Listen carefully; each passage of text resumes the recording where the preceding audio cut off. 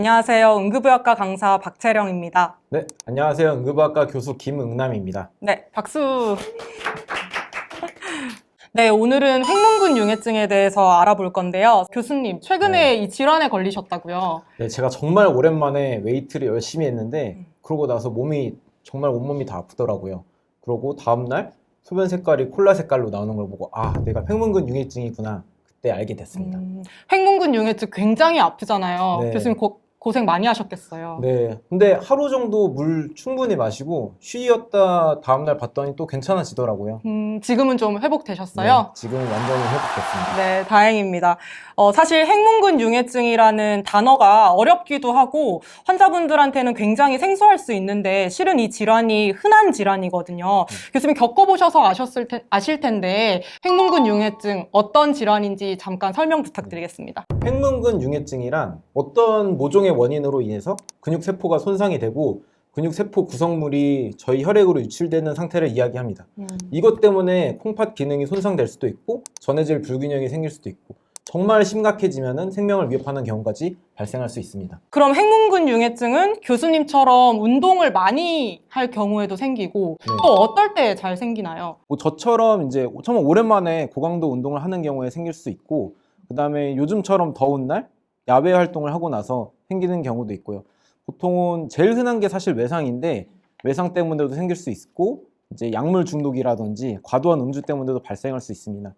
또 감염 같은 질환 때문에 질병 때문에 2차적으로 발생하는 경우도 흔하고요. 마라톤 경기라든지 철인 3종 경기, 스피닝 이런 운동들이 보통 횡문근 융해증을 잘 유발하는 운동이기도 하고요. 다른 경우에 이제 군인들이 군사 훈련을 하는 경우에 정말 흔하게 발생할 수 있고 운동선수들이 정말 고강도 훈련을 하거나 아니면은 학생들이 스포츠 캠프를 가는 경우에 횡문근 융해증이 잘 발생할 수 있습니다. 네, 특히 이런 날씨에 유의를 해야겠죠. 네, 그럼요.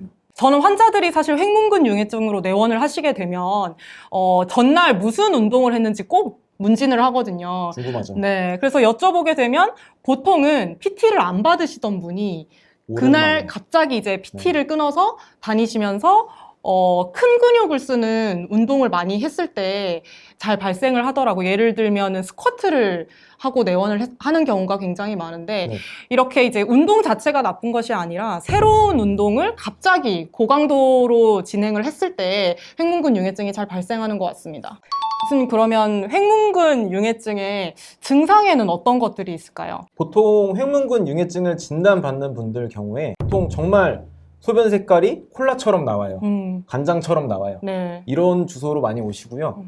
그래서 검사를 해보면은 이제 횡문근 융해증이 진단되는 경우가 흔하게 있습니다. 네, 사실 저희 학생 때부터 횡문근 융해증, 콜라색 소변 이게 족보로 달달 외우는 질환이잖아요. 네. 그래서 실제로 환자분들이 실제로 콜라색 소변이라는 표현을 쓰시기도 하더라고요. 네네. 그러면 또 다른 증상에는 어떤 것들이 있을까요? 보통 횡문근 융해증의 가장 사실 제일 주된 증상은 근육통과 근육 부종입니다. 근육이 붓는 증상이고 연세 드신 분들 같은 경우에는 위압감이나 구역, 구토 등을 호소하는 경우도 있고 이것 때문에 이제 콩팥 기능까지 손상이 되면 소변량이 줄고 몸이 붓는 전신 부종의 증상까지 생길 수가 있습니다. 그럼 환자분들 입장에서는 소변 색깔이 바뀌면 내가 병원에 지금 가봐야겠다. 문제가 생겼구나라고 알기가 쉽지만 이제 다른 증상들은 보통 비특이적인 증상이라서 알기는 쉽지가 않네요. 네, 굉장히 비특이적인 증상입니다. 네, 그러면 환자분들이 이렇게 병원에 내원을 하셨을 때 저희가 어떤 검사들을 나가는지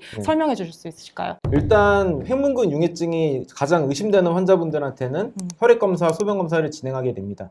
혈액검사에서는 크레아틴 키나제라는 수치를 보고 전해질 불균형이 있는지 확인을 하고 콩팥 수치가 괜찮은지 같이 확인을 해야 합니다. 소변검사에서는 미오글로빈이 검출되는지 확인을 해야 합니다. 그러면 횡문근 융해증의 치료에 대해서도 짧게 설명 좀 부탁드리겠습니다. 일단 물로 충분히 수분 섭취하는 것만으로도 금방 회복이 될 수 있습니다. 근데 만약에 구역감이 너무 심하거나 전해질 불균형이 있거나 콩팥이 손상된 경우에는 입원 치료를 해야 되는데 이때는 다량의 수액 치료를 하고 소변량 검사를 계속 매일매일 체크를 해봐야 합니다. 그리고 전해질 불균형이 나아지는지까지 확인을 해야지 퇴원할 수 있게 됩니다. 1차적으로 가장 중요한 치료는 다량의 수액 공급인 거고 환자가 다른 원인 질환이 있어서 네. 입원 치료까지 받게 되면 수액 공급과 소변량 확인과 더불어서 이제 원인 질환을 치료하는 거에 중점을 둔다는 말씀이신 그 거죠? 원인 질환 치료가 굉장히 중요한 포인트입니다. 네, 교수님. 어느덧 마칠 시간이 왔는데요. 네. 환자 보호자분들께 마지막으로 횡문근 융해증을 예방하기 위한 꿀팁을 하나 주신다면요? 횡문근 융해증을 예방하기 위해서는 운동 강도와 양을 서서히 증가시키는 것이 중요합니다. 그리고 충분한 휴식과 수분 섭취가 굉장히 중요한데요. 탈수는 횡문근 융해증을 악화시킬 수 있는 주요한 위험 인자이기 때문에 꼭 수분 섭취를 하는 것이 굉장히 중요합니다. 네, 교수님 말씀대로 더운 날씨 수분 섭취하면서 적절하게 운동하시길 바라겠고요. 모두들 건강한 여름 보내시길 바랍니다. 네, 교수님 시간 내주셔서 감사합니다. 네, 감사합니다. 네.